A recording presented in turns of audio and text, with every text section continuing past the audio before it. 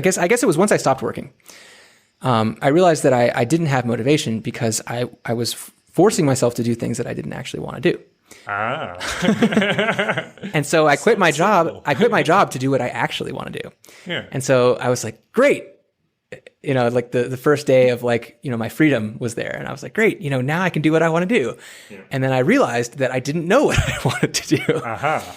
That is a little clip from this interview with my friend and one of the hosts of the Multiversity Project, Chris Guida. Welcome to A Beautiful Thought. So Chris is going to tell us the story of when he was working an office job and living a somewhat sedentary lifestyle, living with asthma and a few other health problems, and how he managed to get a greater perspective on that and start to piece things together from different medical professionals to figure out how to heal his back and his overall health. Hacking his health. Chris Guida, health hacker. I guess that's what I'll call this episode. I just want to ask you a little favor. If you enjoyed this episode, then I'd like you to not necessarily share this on social media, but just share it with one friend and tell them a little bit about why this might be beneficial for them. So just think how something about this interview or one of the other episodes might appeal to them, and just say, I think you might like this because, give them a little reason so you can share the love a little bit. Because if there is somebody who would enjoy this, who would benefit from this, who might get some greater perspective about their own life, then why not give them that gift and help them out and help me out and help everyone out. Everybody wins. So there's just a little favor that I ask of you, please. Now, let's listen to the interview.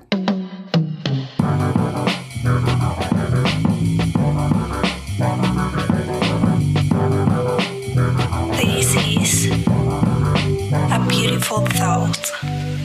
So I'm here with my friend Chris Guida, and he's going to tell us a bit about his problems that he had with his health and how he resolved them. How are you, Chris? Doing pretty good. How are you, Kurt? Yeah, good. Nice and relaxed. Cool. Feeling healthy. Yeah, good.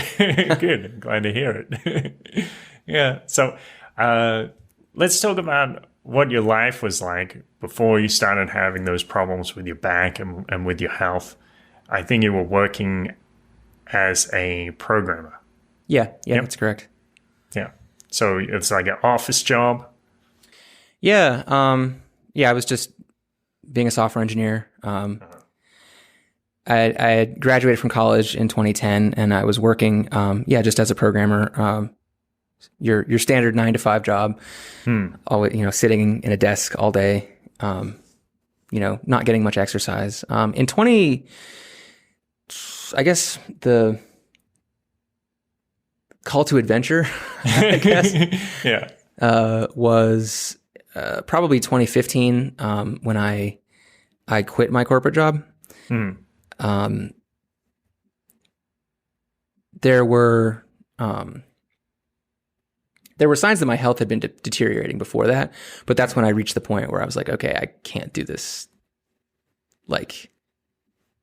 I can't do this job anymore because I'm expected to be in this chair for 8 hours a day. And it would be kind of weird for me to work from the floor or something like that, or or with a standing desk or something. Yeah. I mean, I had a standing desk. Okay. But it still wasn't you still have to be kind of rigid all the time. And I would move the desk up and down constantly, but it still wasn't really fixing my back. My back was pretty bad. What about the work in general? I think you've enjoyed it quite a bit. Yeah, I do like programming. It's fun when I can focus on it. But yeah, I was getting so that my back was distracting me from it. So it was starting to become less and less fun over time. Okay. Yeah. So, and you had like a good boss, or what was the work environment? Yeah, I mean, I liked my boss. I liked the company that I was at. It kind of, when I first started at the company, it was kind of, it was a startup environment. It was exciting, and there was beer in the fridge, and you know, there was food, you know, that you could just go in the kitchen and take, you know, kind of like snack food. It wasn't like, you know, sometimes they would provide meals. I mean, I was definitely well cared for as a programmer. Yeah. And I liked my boss, but the team that I was on kind of felt a little bit stifling, because a lot of times I would want to do things a certain way, and I kind of wasn't allowed to do them that way. Mm-hmm. And then when the company went public, I noticed a subtle shift in the culture at the company. It started to get more about like profit. Okay. And they stopped. They stopped spending so much money on employees and stuff, basically. All right. So cutting down on extra expenditures. Right. Like I still liked the company. It probably is still a reasonably good company as companies go to work for. Yeah. But and I had actually moved. I finally got to move to a different team where I was actually doing some code. Like I was on the data science team. And so I was coding this back-end stuff, and it was very like unglamorous, and, you know, like nobody ever really appreciated what we did. Right. So they probably had no idea the importance of it. Right. Yeah. And it was very important, but it was also kind of like, it was very niche. And the code that we would write was, like, I felt like doing that job wasn't helping me grow. You know, it wasn't helping me like learn marketable skills that I would need in order to, say, you know, get a higher salary over time. Yep. So, but anyway, so I finally switched teams, and I was working on the actual product and doing the more glamorous stuff. And then when I did that, I realized, oh, this is even less marketable, because we were using a version of Flex from like 2011. Like it was like this really old version of like Flash, basically. Okay. And HTML5 was just coming out around the time. HTML5 was just coming out around that time. Yeah. And so Flex was kind of like this. It was getting older and older and older. And I was just feeling like, okay, even if I become an expert on this, like I'm not going to be able to go anywhere else. And you know, like I want it to be able to, you know, apply for some higher job and progress in my career. So yeah. Okay. And then these things started happening with your back. So what did it feel like? What did it look like? Yeah. So basically, I'd had some sciatica, which is just, you know, sciatic nerve pain. It's just kind of radiating pain down from your lower back down one leg. And I'd had that one time when I was 16. And I fixed it by moving my wallet from my back pocket to my side pocket. Yeah, it's crazy. Actually, George Costanza in Seinfeld has the same problem. His wallet is too fat, so he's sitting on his wallet all the time, and he gets sciatica. I see. So that went away, and I kind of didn't think much more of it until 2012 when I was voting in the November election. And I guess I was like leaning over the voting booth for however long it took me to fill out the whole ballot, right. And which I guess was a pretty long time, because I got up and I was like, yeah. Just there's this shooting pain down my back, and that injury didn't go away for the next like week or two. And so then I was like, man, I was 23 at the time, so I was like, man, I'm like falling apart. What's going on? I need to. I don't know what's wrong with me. You know, I was reasonably active. You know, I would go and hike. You know, I lived in Colorado, so there were mountains nearby, and I would hike in the mountains. And, you know, I wasn't like super fast or super strong or anything like that, but I wasn't like out of shape. So I was kind of just like, man, this is kind of scary. You know, like maybe I should start exercising more. So I started doing CrossFit, because I had seen that and thought it looked fun. And then I started doing it, and I was like, man, this is actually really fun. And it's I tried some other workout routines, and I couldn't stick with them because I was kind of bored. So CrossFit, it was like, okay, you know, the workouts are different every day. There's coaches, there's people kind of encouraging you, and it's just a fun culture, and it seems to actually work. Like you notice that you're getting stronger and faster over time. So it kept me motivated, and I kept going. And so I basically, so I had that sciatica in November of 2012. I signed up for CrossFit January of 2013. And then by mid 2013, I was in really good shape. But I was still kind of like not happy with my body composition. So I talked to the coaches, and they were like, you should try the Paleo Diet. Okay. And so basically it involves cutting out grains. And I noticed that I felt, well, and other things, basically anything processed or anything modern, anything that entered the human diet after agriculture is like not paleo. So, let's go back a bit. So one thing when people have an injury like that, like sciatica or back pain or something, a lot of the time their response and even the professional advice is like, take it easy. Don't exercise too much or don't exercise at all. So what was it that made you decide to take up CrossFit, which seems to be sort of counterintuitive? Yeah, that's a good question. I mean, basically it's because I felt like I hadn't been that active. I mean, I was, like I said, I was reasonably active, but I felt like I wasn't like fit. And I felt like the only way your back could be falling apart when you're 23 is if, there's something unhealthy about your lifestyle. And so that was my theory anyway. Yeah. And it turned out years later, now that I've had experience fixing that was the case. I was being pretty unhealthy. A lot of it had to do with my diet though.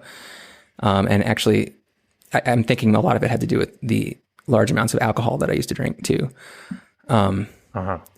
But yeah, basically I saw it as fragility. I saw my body as fragile. And so I was like, I need to, I think what I did was I read some stuff on the internet. Okay. And everybody was like, okay, well, if you have back pain, then you should strengthen your back. I think that's how I got that idea. But I do remember at some point, I mean, you talk about fragility. I do remember Nassim Taleb did talk about a similar thing. He said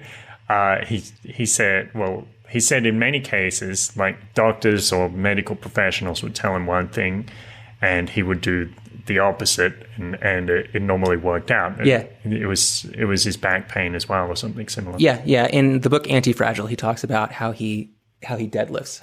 Right. Which is totally correct. You should definitely deadlift safely and carefully, but it's like the best medicine I know of for back pain. Wow. That and like other things, but that's how you get a stronger back, basically. Yeah. So basically I just felt like, I was just, the pain made me question, it made me like say, okay, what am I doing wrong? I'm 23. I'm supposed to be like pretty healthy. My back shouldn't be falling apart. Yeah. So I was like, I must be doing something pretty extreme in terms of, bad health. I must be doing something that I'm unaware of that's causing me to deteriorate. So I was like, maybe it's that I'm not working out enough. So I started working out more, and that did seem to help for a while. And then when I went paleo, I felt a lot better, but then I eventually started having back pain at the end of 2013. So this was just a year into my CrossFit.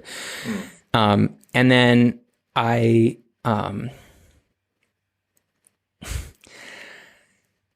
it just continued to get worse. I told my coaches about it, and I was like, I have a tweaky back. And they were like, yeah, well, you got to be careful with that. But, like, don't necessarily stop coming, which is good advice. But I didn't exactly know like what was making it worse. Yes. And so eventually it just got so bad that I had to stop going, which was sad because I was getting a lot of like when you exercise, when you do high intensity interval training regularly, you have a much higher energy level, just baseline energy level all the time.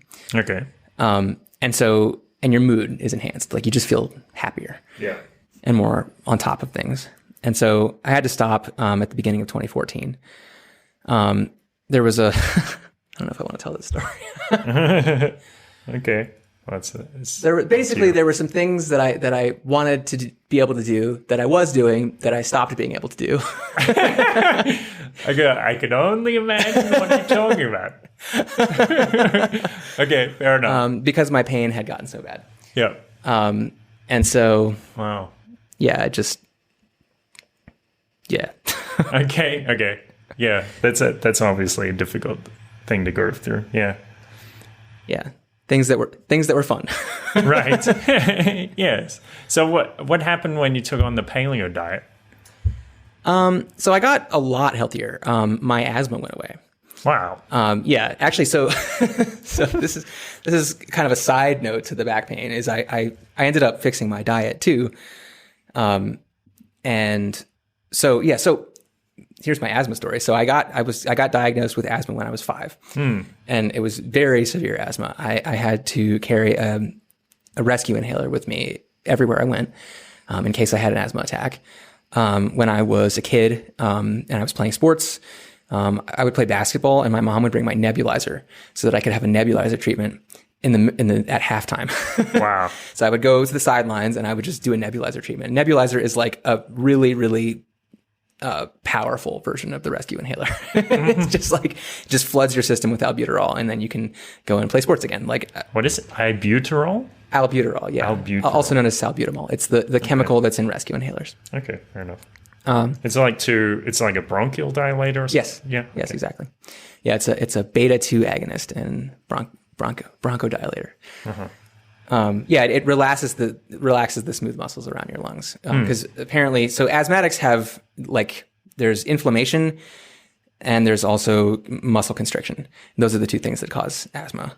So when they happen together, it's especially bad. But yeah, so I was actually hospitalized for asthma once when I was 11 and once when I was 16. And they actually put me in the hospital for multiple days. Basically I was better after the first day, because they would just give me 4 nebulizer treatments in a row, which is crazy actually. It gets your heart beating a lot. Okay. All right. But then, they wanted to keep me in the hospital, I guess, to overnight, to just make sure I was stable or whatever. Yeah. But yeah, so it was no joke. I mean, I had some really bad asthma, some of the worst asthma that I've ever heard of. Yeah. And so I started doing the paleo diet in June of 2013, and I noticed that I didn't have as much mucus, and I could run around and not one of the things that used to happen to me is I would try to play sports, I would try to run, and I would just have an asthma attack. And so I was really out of shape as a kid because I couldn't exercise without having an asthma attack. Yeah. So I was kind of fat. And so when I started CrossFit, the first few months I had my rescue inhaler, and I would go and take it if whatever I was doing was too strenuous, and I started having trouble breathing. But then when I switched to the paleo diet, I noticed that I didn't have to use my rescue inhaler anymore at all during the CrossFit workouts. And so I was like, that's interesting. Maybe there's something to this. And I tried going back to my previous diet, which was, eating lots of grains and pizza and pasta and things like that. I remember I ate, 4 slices of pizza one night after I had gone paleo. And I had a really bad asthma attack, that night. And so I was thinking, something to do with the dairy then. Well, it was, okay, it could have been the dairy or it could have been the bread. Ah, okay. Right. And so I actually went back off pizza, and then I tried bringing back dairy, and dairy didn't do the same thing to me. Uh-huh. So I kind of did kind of an elimination diet type thing in order, I would eliminate one thing and then bring it back, and then eliminate a different thing and then bring it back. And I kind of I was fairly scientific about which ingredients were harming me. And so it turns out that the bread was what was giving me the asthma. So, specifically wheat? Yes. Yeah. Okay. Yeah. And there were other things, back in those days that would give me an asthma attack. I started slowly, eating a healthier and healthier diet for me. And as I did that, I noticed that, I could occasionally eat things that used to give me problems that no longer give me problems.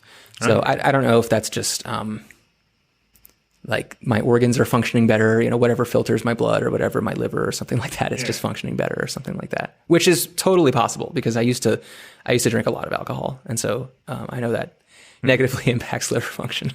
Yeah, makes sense. So you had asked a question. I think it was like, what happened with the paleo diet? Yeah, you said, what were the effects of the paleo diet? Yes. Yeah. So basically, I had more energy. I felt more focused. I didn't have as much brain fog. I felt less depressed and anxious. And as I said, my asthma went away. And some other things went away too. Like I used to, this is kind of interesting. I used to, as a kid, I used to always have to go to the bathroom like really bad. I was like that kid, It's like colitis or something. It's something to do with like the signal, like the nerve signaling, like when you have to go to the bathroom is like, it was like different for me. I didn't notice this until I switched diets, and I noticed that I didn't have to go to the bathroom really bad anymore. Like I could just hold it much longer. I don't know what that is. But it definitely improved after. And there were other like random things like that just kind of improved after I switched to the paleo diet. Wow. Yeah. Well, this is kind of amazing because there must be so many people out there who have this range of symptoms, or any range of symptoms, and it might be 5 or 10 things, and maybe they're going to a doctor or something, or maybe they just think, well, that's just my body. That's the clunky way it works, right? And they just go along with it, right? And the doctor encourages this belief. They basically they don't encourage you to examine your diet. They don't even tell you to think about it. They don't say like, maybe it's your diet. Maybe you should look at what you're eating. Yeah. And they basically, as you were saying, they have like 5 or 10 symptoms, and they may all be related to some one dietary thing that they're doing. Wow. But the doctors will be like, okay, well, take this drug for this symptom and take this other drug for this other symptom and this other drug for this other symptom. And it's really this constellation of symptoms that they could eliminate by just changing what they eat. Wow. Yeah. It's so obvious when you think about it, like of course food affects your health, Yes. So, yeah. So, all right. So you also, I remember you quit your job around that time. So that probably had something to do with the picture as well. Yeah. Well, yeah. So I hurt my back at the beginning of 2014, and then I didn't quit my job until mid 2015. And that whole time I wasn't working out, and I was kind of like feeling really kind of unmotivated and like not that happy with my life. Like I wouldn't say depressed, but like just not, maybe depressed actually. I was taking a lot of amphetamines so that I could be productive at work. Okay. Is that a common thing for software developers? I don't know. Okay. I assume it's reasonably common. I know people on the internet do it. I wouldn't be able to tell you what percentage of people do. I mean, most people just drink coffee. Right. But I had taken amphetamines in college, and I knew, this stuff helps me get shit done. Okay. So like Ritalin or something? Or, yeah. Well, okay. So Ritalin is an amphetamine. And Adderall is an amphetamine, and I was taking Vyvanse, which is a similar thing. It's like the left-handed version of whatever Adderall is. Adderall is like anyway. Okay. But it's supposed to be less addictive, but it's really addictive, and it's just as harmful. Okay. It's not good. I mean, I was doing it because I was like, okay, I gotta I don't know what I was trying to do. I was trying to I was just getting kind of desperate, I was just like, okay, my health is deteriorating, and I'm getting older. I was just like 24 at the time, but like I was getting my mental state was kind of sliding down basically, and I was like, I gotta get myself out of this. I gotta snap myself out of this somehow, either by maybe like making a bunch of money or like starting a startup or something like that, or at least just like save up enough money to like go on a break for a while. Okay. Yeah. So I quit my job in May 2015, and actually that was after you saved up some money, presumably. Well, I had like some savings, but I definitely didn't have like as much as I wanted. I had like maybe 2 or 3 months of savings or something like that in the bank. As in enough to sustain you for 2 or 3 months. Yes, exactly. Okay. Like, yeah, exactly. But then, I don't want to have no savings, I don't want to like live off my savings and then use them up. I mean, that would be even worse, I was trying to, Yes. So I definitely wanted to avoid doing that. But yeah, I was, so I guess another sort of acute call to adventure was one day, I was stretching out my back because it was stiff. And I guess I stretched it too far or something like that. And I heard this like snapping sound in one of my vertebrae. And then I heard another one like right after. And I was like, oh, that felt really weird. And it didn't feel good. You can tell when you did something wrong, when you fucked something up. Yeah. Like there's that kind of like shock feeling, right? Okay. So I had that. My friend drove me to the hospital, and I hadn't ruptured any disc, which I was surprised and relieved about. But I had some bulging discs, and I think I probably tore a ligament or something like that. I'm not sure what I did. But the upshot is I couldn't sit without pain, and I definitely couldn't drive my car. And I loved driving my car. And I remember I got in the driver's seat, and I was like, I can't sit in this seat. Like it just is too painful. So that like accelerated my depression. I was just like, oh man, like life is horrible right now. Like I'm like 25 and I'm just like, or I guess I was 20, let's see, this is 25. So 26 or 27 at this point. And I was like, I'm going to be like dead by the time I'm 30. Like, I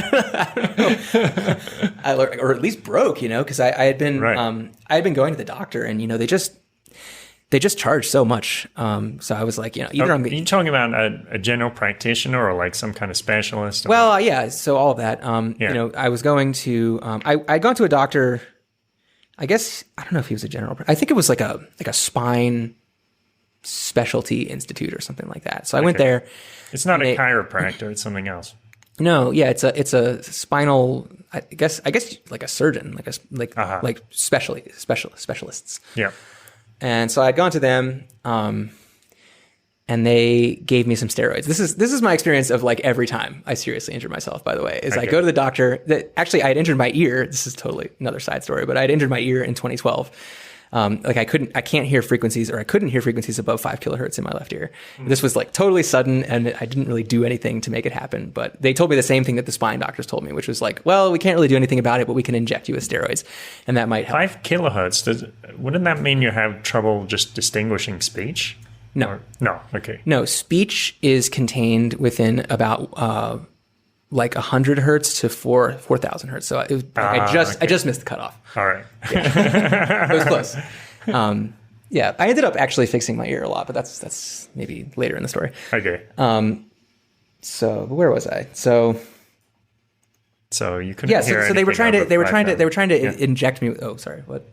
Yeah, go on. Yeah, go on. So they were trying to inject me with steroids in my back, and they did that, and I felt like like a kind of a relief sweep. Like they would tell me like, okay, we're injecting your L3, L4 or something like that. I remember I figured out like which vertebra it was by like which injection made me feel the most relief from the pain. But the pain didn't go away, and it just came right back. Like within hours. Yeah. Yeah, it was pretty immediate. And then they also gave me, I can't remember if it was them or a different doctor. So I went to the ER. That's right. So I went to the ER. My roommate drove me to the ER after I had that, like, I was stretching and I had that like snap experience in my back. And they gave me muscle relaxers. And they're like these little pieces of information that I kind of collected as I went through my journey, like things that would be helpful. Muscle relaxers actually are really helpful for back pain because they relax your muscles, which I didn't realize was a potential cause of back pain. They said, well, you have really tight muscles. And I was like, I do? And so once you start stretching, once you have back pain and you start stretching, you realize, yes, there are actually muscles in there that are like clenched. But you just don't even know they're there because they've been clenched for so long. You forget they're even there. Yeah. So they just kind of like, they like freeze, and then you stop being aware of them. So so the muscle relaxers were helpful in kind of discovering that, and also discovering that, basically that there are things that you can eat that will relax your muscles. So that was useful information for down the road as well. So do you use some muscle relaxants and these types of foods in combination with stretches so you can... Yeah, well, so I don't use muscle relaxers anymore. I mean, Yeah. you need a prescription to get muscle relaxers. Yeah. But at that time, I had a prescription for it because I had a back injury. But yes, basically that kind of tipped me off. Like, oh, maybe there's other stuff that I can eat that would make my muscles looser. And conversely, maybe there's stuff that I'm eating that make my muscles tighter, which it turns out there is. Caffeine, for instance, makes my muscles a lot tighter. Okay, I'll bet.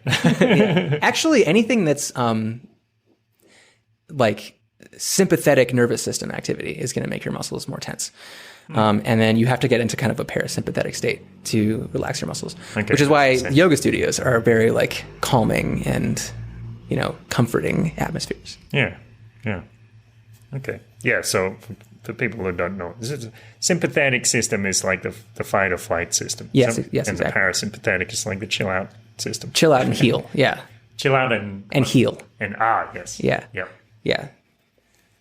Yeah. It's like I'm safe now. Like I can sit here and heal and maybe have some sex and eat some food and yeah. So what foods did you find that would relax your muscles? Let's see. So the ones I use today are collagen, creatine, alkaline water works really well. Vegetables, actually. Any vegetables? Especially like green vegetables. But yeah, just fiber. Anything that makes you retain water will make your muscles relax a little bit more. Actually, caffeine is a diuretic, which means it makes you get rid of water. And so it kind of makes sense in my mind why your muscles would get tighter. Oh, okay. So it's a vasoconstrictor, like it tightens your blood vessels. But it also definitely tightens your muscles too. Yeah. Okay. So your overview of the doctors is like the doctors are just trying to give you a few drugs. Maybe some of them will actually help, but they won't inform you necessarily about how to use them correctly. Or so every doctor or medic or sort of professional that I went to basically gave me one piece of useful information. Okay. Like, as I said, so the guys who shot me with steroids helped me learn which discs actually were injured. Okay. I had I think I had physical therapy. I can't remember when I did the physical therapy. I think it was after that. So I went to a physical therapist and they had me do exercises. And I noticed that my pain was getting better when I strengthened particular muscles. Okay. And so this was useful to, okay, maybe I need to just work out in a particular way and the pain will go down. I ended up stopping going to physical therapy because there's like I reached a limit. Like they would ask me every time, they would give me this little questionnaire and like circle like 1 through 10 how much pain I was in. Okay. And I got to the point where I was circling like 4 every time. And I was like, okay, well, it doesn't seem to be getting any better. So I stopped going after a while. But I retained the information that, okay, maybe I can strengthen my muscles in some way and this will reduce the pain. Yeah. Yeah. I also went to massage therapists and chiropractors.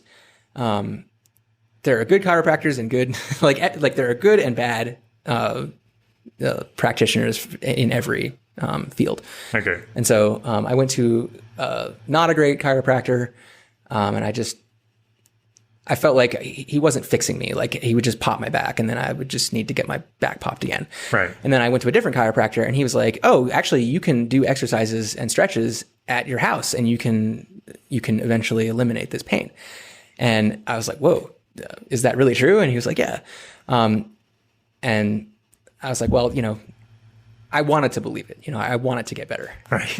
Yeah. So I didn't, in my mind, I didn't really have a choice. I was like, okay, there must be some way to get rid of this pain. Like I'm 27 years old or something like that. Like I'm young and healthy. Like there has to be something I can do to get my body to where it's not in pain all the time anymore, you know? So yeah. And then massage therapist, I learned from my massage therapist that, she said, here, take these tennis balls and roll around on them. Yep. And I was like, wow, that's amazingly helpful. Like you could just put the tennis ball like under your SI joint and you can just sit on top of it. And it's basically like going to a massage therapist, except, you know, you're by yourself with a tennis ball. Yeah. So it's much more convenient and much cheaper. So yeah, rolling out muscles is absolutely key to fixing my back. I mean, that was one of the major things. I mean, so I don't know what direction we should go with this, but so it's been a journey basically. I mean, it really has. Like I've learned things here and there. You know, I learned like tennis balls would be really helpful, and then one of the first doctors that I went to gave me a book called "Fix Your Own Back," and I think that's what it's called. Anyway, and I learned that stretching could relieve pain. That was the first time I hurt my back. Like after I quit CrossFit, I went to a doctor and he gave me an MRI and that book. And I learned from that there's actually when you stretch, when you do these stretches that they recommend in the book, there's actually kind of good pain that you feel. When you feel like you feel your back kind of relaxing. It's like this, it's hard to describe, like very, very tight muscles that haven't relaxed in years is basically what it is. And they're finally getting a chance to relax. And so it's almost painful. It kind of is painful in a way. It's very uncomfortable. Okay. Like in between a strain from a stretch and pain. It's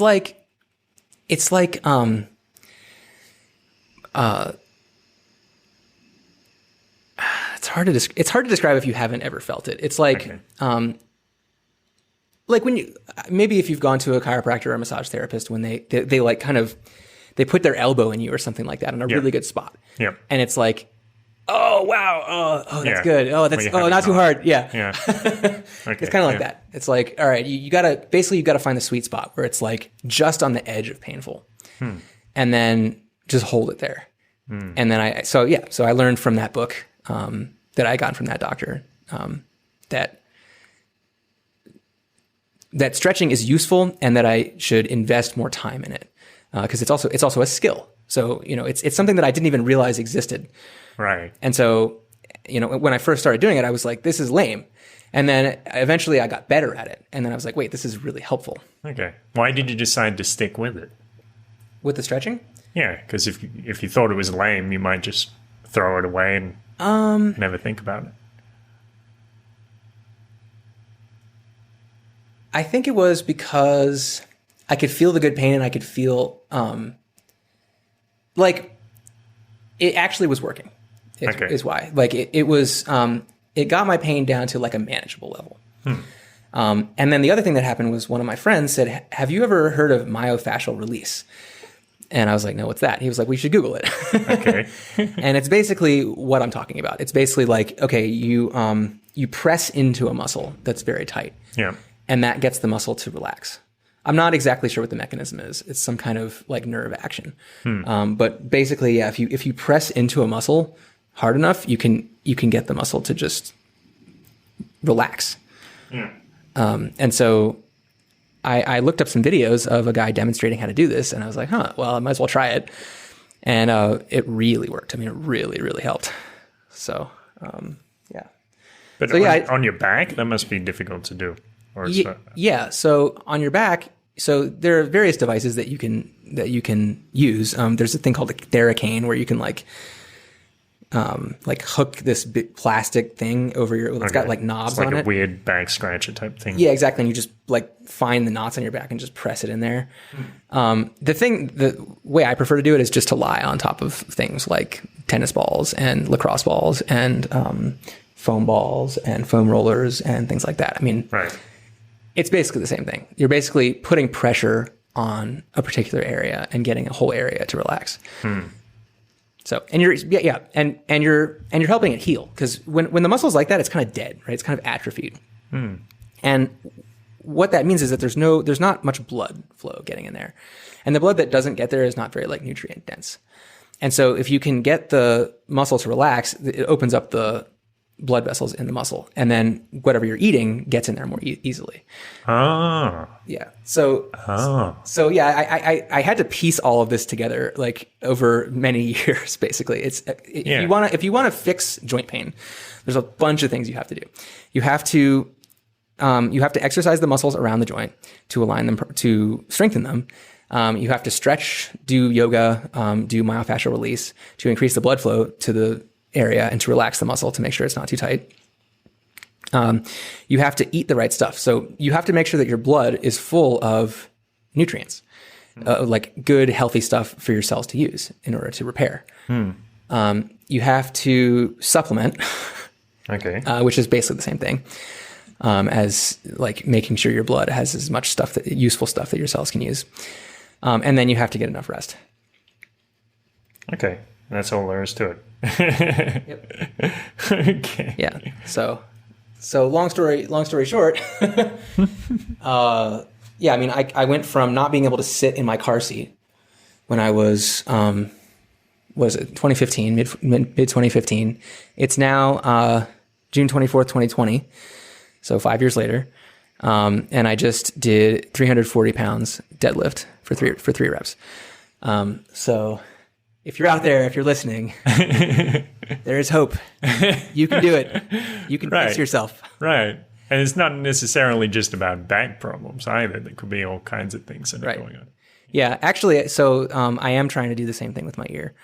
I've noticed various things that have helped my ear. So I used to not be able to hear anything above 5,000 hertz in my left ear.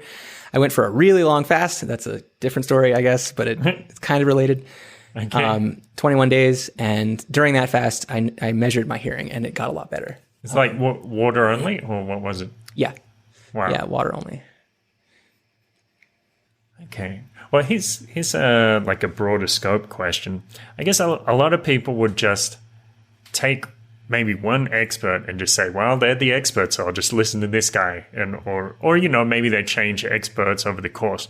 But you, like you said, you would take one thing from one guy and say, well, that works, and then you start building this whole model around it. Yeah. Well, what do you think it was in you that let you have that open-mindedness, or that you felt confident enough that you could somehow become an expert, or that you had responsibility and power over your own health?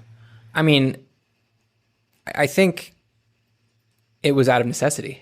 Right. I mean, basically, I just kept going to health practitioners, and they kept being disappointing. Like they kept helping me like an extremely marginal amount for an extremely high cost. Yeah. And so I was like, I either have to figure this out myself, or I'm going to be dead or broke by the time I'm 30. Like, doctors, they're usually good people, but the way they go about fixing problems is extremely inefficient, so much so as to be practically useless. But as I said, you can learn useful information from doctors and practitioners. Yeah. And that's the best thing. So yeah, eventually I found that pattern. I was like, okay, I'm going to go to a doctor because I have some acute problem, and they're going to fix my symptoms. But I was like, I have to take this into my own hands. Like I have to believe that I can do something about it. But here's the thing. I mean, in that situation, I think there would be a lot of people who might just give up, or just say, this is my lot, this is what I have to deal with in life. So I think there is something about you, right? Something about your mentality or your attitude in those years or those moments that you made a decision.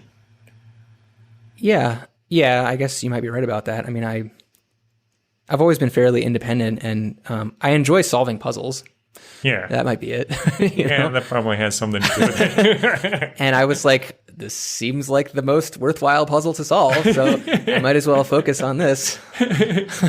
Yeah. So the part of you was seeing it not as something to give up over, but a challenge like this. Yeah. Like Yeah. it could be rewarding just to solve, and rewarding because of the effects of it. Well, and also rewarding because my whole brain and my whole body were just begging me to solve this problem. like you know, as I said, I mean, it was hard to focus on my work, and I was reasonably successful as a software engineer when I could focus on my work. But this injury was basically, it was affecting the quality of my work. And so I did end up quitting my job. But one of the reasons I did that is because I was worried that the quality of my work was going to suffer so bad that eventually I would get fired. Right. And I didn't want to do that. I didn't want to get fired. So I quit before I got fired. Okay. Well, that's interesting too, because it's like you have these high standards for yourself. Like I don't want to be, I don't want to do subpar work, and I don't want to be seen to be doing subpar work. Well, yeah, and I want to accomplish things in life. I wanted to travel. I wanted to go places and see things and have experiences. And when I was, not only could I not work when I was injured, but I also couldn't really have fun doing anything. And I'm the kind of person where I like to have as much fun as can reasonably fit into a human life. Maybe not quite that much fun, but I like to enjoy life. Well, as everyone knows, fun rules. I mean, yeah. Yeah. It's the best. Yes. All right. Well, do you have any advice, like what you could tell somebody who has a health problem? I mean, I think you've said most of it, but is there anything else you could say to somebody who is a little desperate and doesn't know how to take the next step? I mean, yeah. Nobody is going to solve your problem for you. Right. If you don't solve it, you might get better. Yeah. But you might just keep getting worse and worse and worse. Same thing goes for mental health, actually. I used to have some mental health issues that I fixed in a similar way. It's maybe that's why, actually. Okay, it's like you kind of developed a framework around I those realized, problems. I realized that people are not going to fix your problems for you. Like if you pay them, they'll try. Okay. But you are going to be your strongest advocate. Yeah. And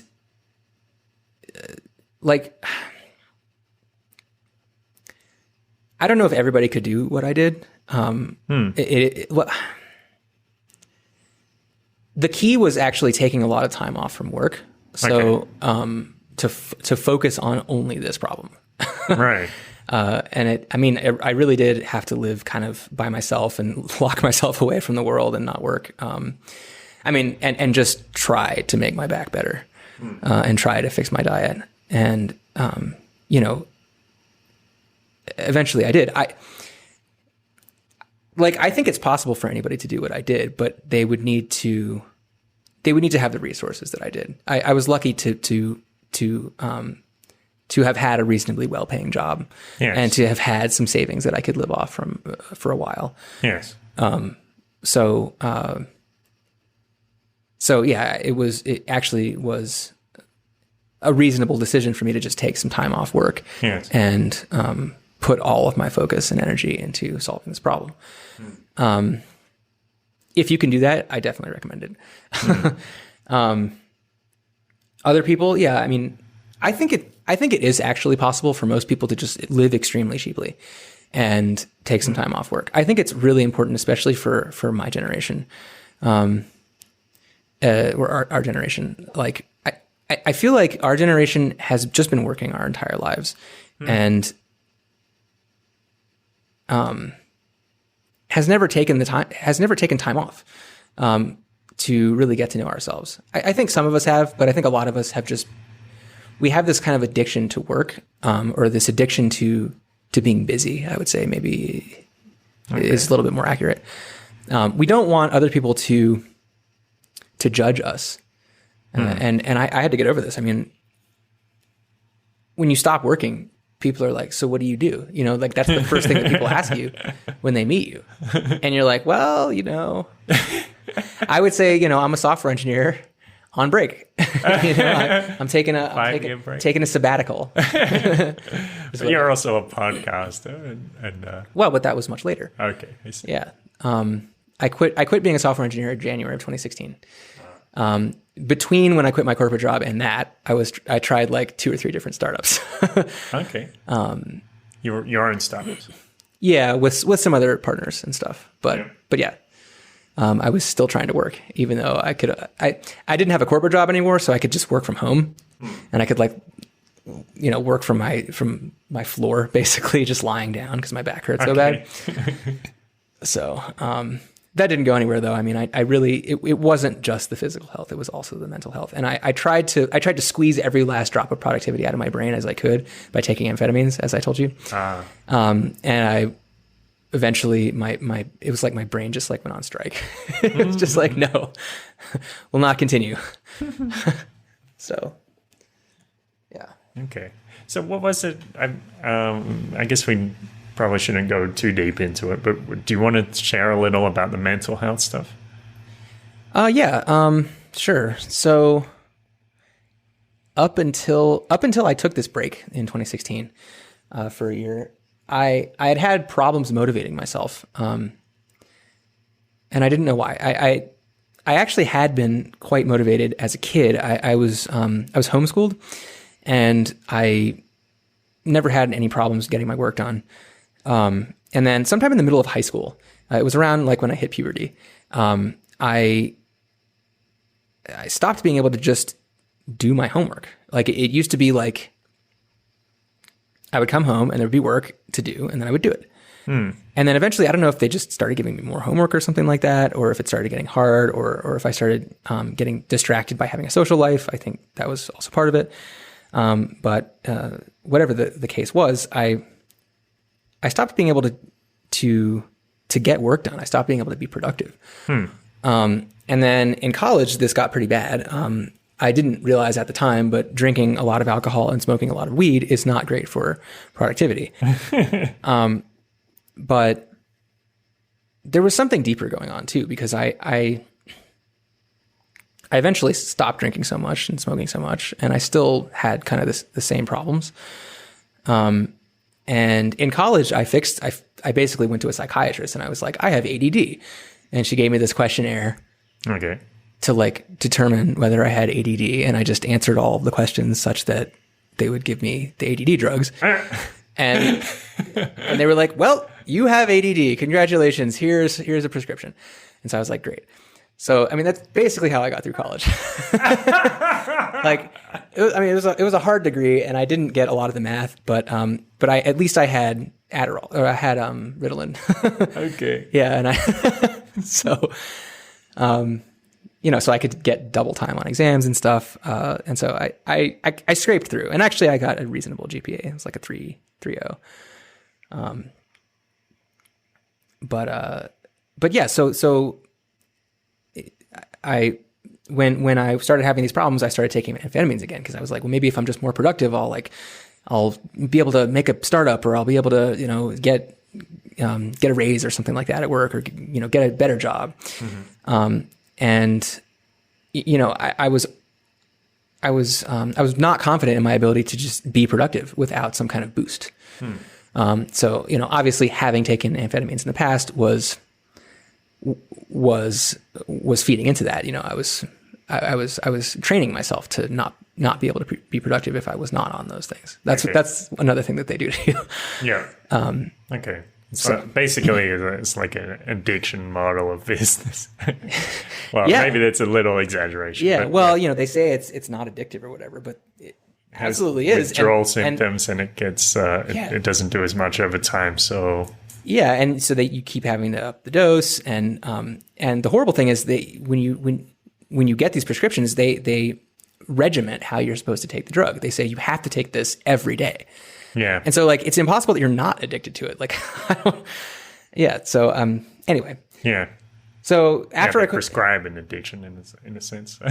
what's that? They prescribe an addiction. Yeah, exactly. Here, you need to be addicted to this. Yeah. You're going to take this every day. Well, if you need a drug every day to feel normal, it sounds like an addiction to me. Yeah, exactly. But so many people do that. Like so many doctors prescribe drugs like that, like you wouldn't believe. And they're very, not that circumspect about it. Yeah, they just kind of do it. Like I said, they just give you a questionnaire. You just answer the questions. However you think is going to make them give you the drugs, and then that is the way. But yeah, so I realized. I eventually realized that I don't remember how I realized this. I guess it was once I stopped working. I realized that I didn't have motivation because I was forcing myself to do things that I didn't actually want to do. And so I quit my job. Simple. I quit my job to do what I actually want to do. Yeah. And so I was like, great. Like the first day of my freedom was there. And I was like, great, now I can do what I want to do. Yeah. And then I realized that I didn't know what I wanted to do. And so I had to just kind of become friends with my unconscious self to figure out what I'm actually driven to do. And a lot of that had been suppressed, over the years. But so your friends had some ideas on some leads to follow? For the mental health stuff? To find out what you actually wanted to do. No. Basically I just had to spend a lot of time alone and just I did GTD, like Getting Things Done. There's a book called Getting Things Done, and there's the whole system. And it basically helps you figure out what your priorities are in life, and then kind of the more nuts and bolts of how to get those things done. And yeah, I just realized that, I don't know, I guess I also read 4-Hour Workweek around the same time. Yeah. And, he suggests the 80-20 rule, where, 80% of your results come from 20% of your effort. Yeah. And I was like, oh, maybe that's what it is. Maybe I'm being really inefficient and I'm doing a bunch of stuff that I don't need to be doing. Okay. And that was true. And I don't know. It's hard to explain. It's like, a lot of it's just gut feelings, a lot of it's just like, I feel like I'm not on the right path in life. Like sometimes you feel like you're definitely on the right path and you got it all figured out and you're just full steam ahead. And then stuff starts to go wrong. And then you realize, okay, well, maybe I'm fucking up in some way. Maybe this is not the right path. Maybe I need to get on a different track. So it was like I needed my brain to kind of like de-stress and like thaw in order to figure out what it really was motivated to do. And eventually it did work. Now I'm pretty productive, and I've started taking modafinil actually. But that's, okay. But it's every Tuesday and Thursday, and it's like a very small dose. Okay. And I was very productive before I started doing that. All right. I was intrinsically motivated to do the things that I was doing. So you said modafinil is like the drug that they had before Ritalin and Adderall. So it's not an amphetamine, but it has right. Some it appears to be. It appears to be less harmful than amphetamines, given the literature and given how popular it is on Reddit. Okay. I'm still being super careful with it though, because I don't want to end up how I was. Yeah. But as I said, I found what intrinsically motivates me. And that's what you want to do. You want to find like the thing that's the most important. I think this is where a lot of people go wrong. Like they're chasing things that they don't really want. They think that they want those things because society tells them that they want those things. But when you really introspect and you really are like, what do I want out of life? A bunch of stuff is not really what you want. A bunch of money is not really what you want, although that's nice to have. Yes. What is it like these are kind of like spiritual questions, when I'm old and I'm looking back on my life, what do I want that to be like? Yes. Yes. Or some people phrase it like, what do you want written in your epitaph or spoken at your eulogy? Yeah. Exactly. Like what truly makes you like resonate with the universe? Like what activity do you really, really like doing? What intrinsically motivates you? Yeah. So for me, it's music actually. Good. So, I mean, I like software engineering, but it doesn't give me that like feeling of awe that listening to a good piece of music gives me. Okay. All right. So I think we got a lot of wisdom there. So knowing yourself and knowing your own motivations will make it a lot easier to do things and take responsibility for your own health, because nobody else can do that for you. Yeah, exactly. Like, don't live somebody else's life. Live your life. And if you have a problem, fix that problem. You can. Yeah. It might take a while, but it's worth it, because you'll come out on the other side healed, and now you have the knowledge to avoid getting into that same situation again. And you can teach that knowledge to other people. So, yeah. Like, do things that are hard. Solve difficult problems. Okay. That are worthwhile for you. Yeah. Solve difficult problems that you are facing that would improve your life if you solve them. Okay, very good. So, Chris, I mentioned you have a podcast with our friends Katie Kelly and Ariel Friedman.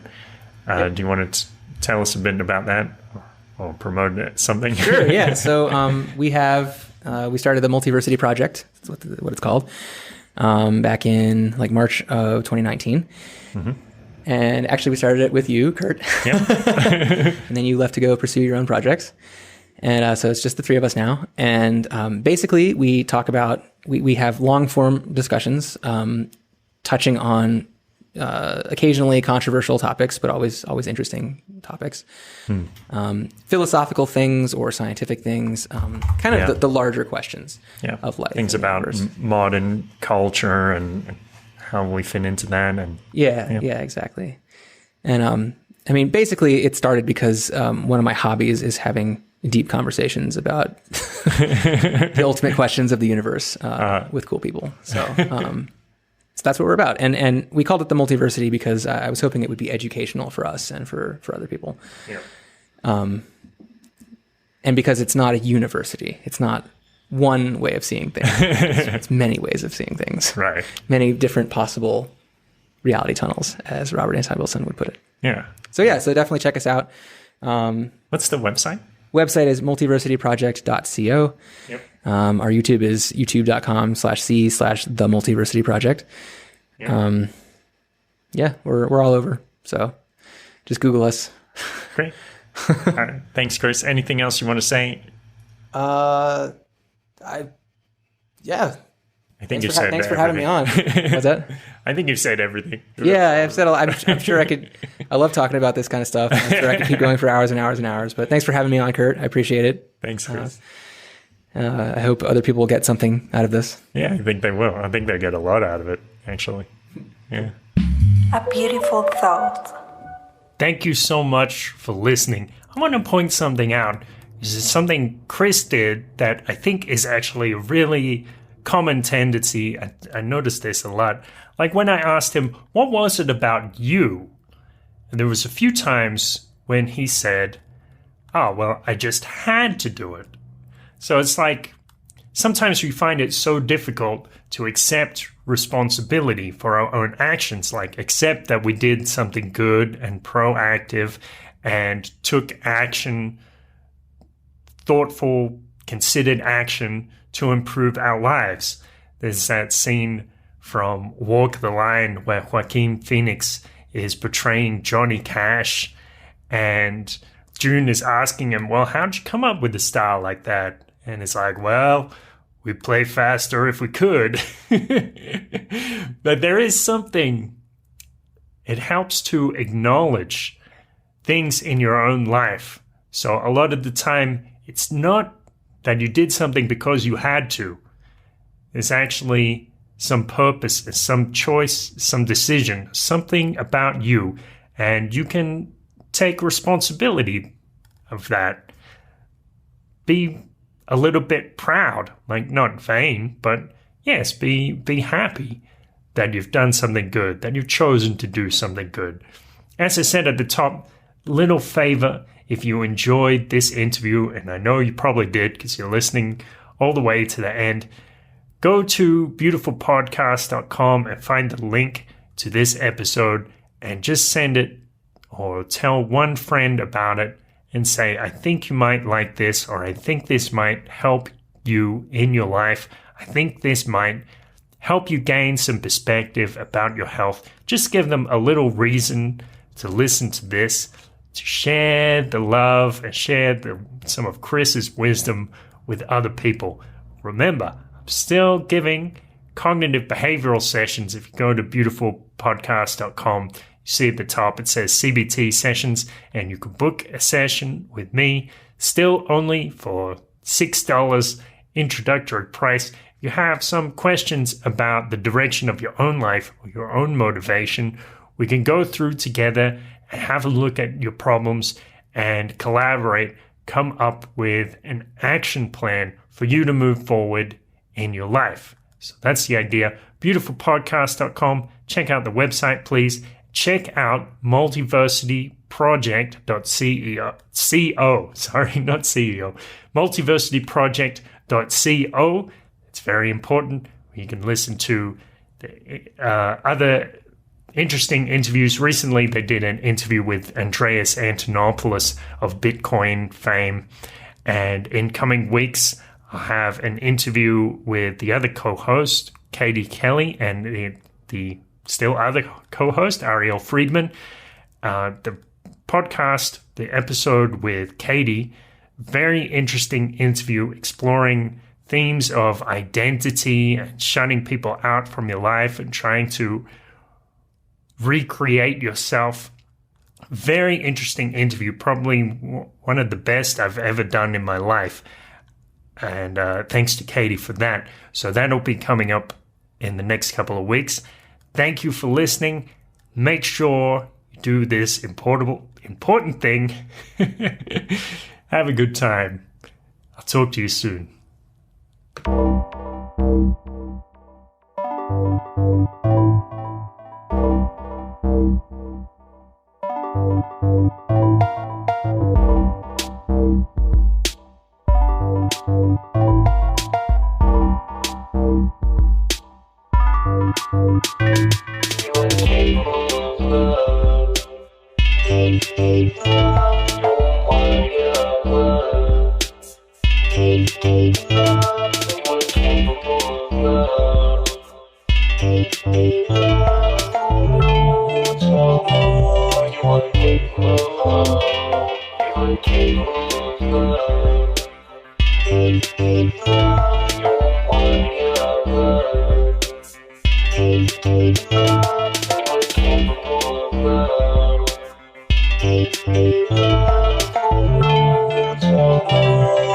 Thank you.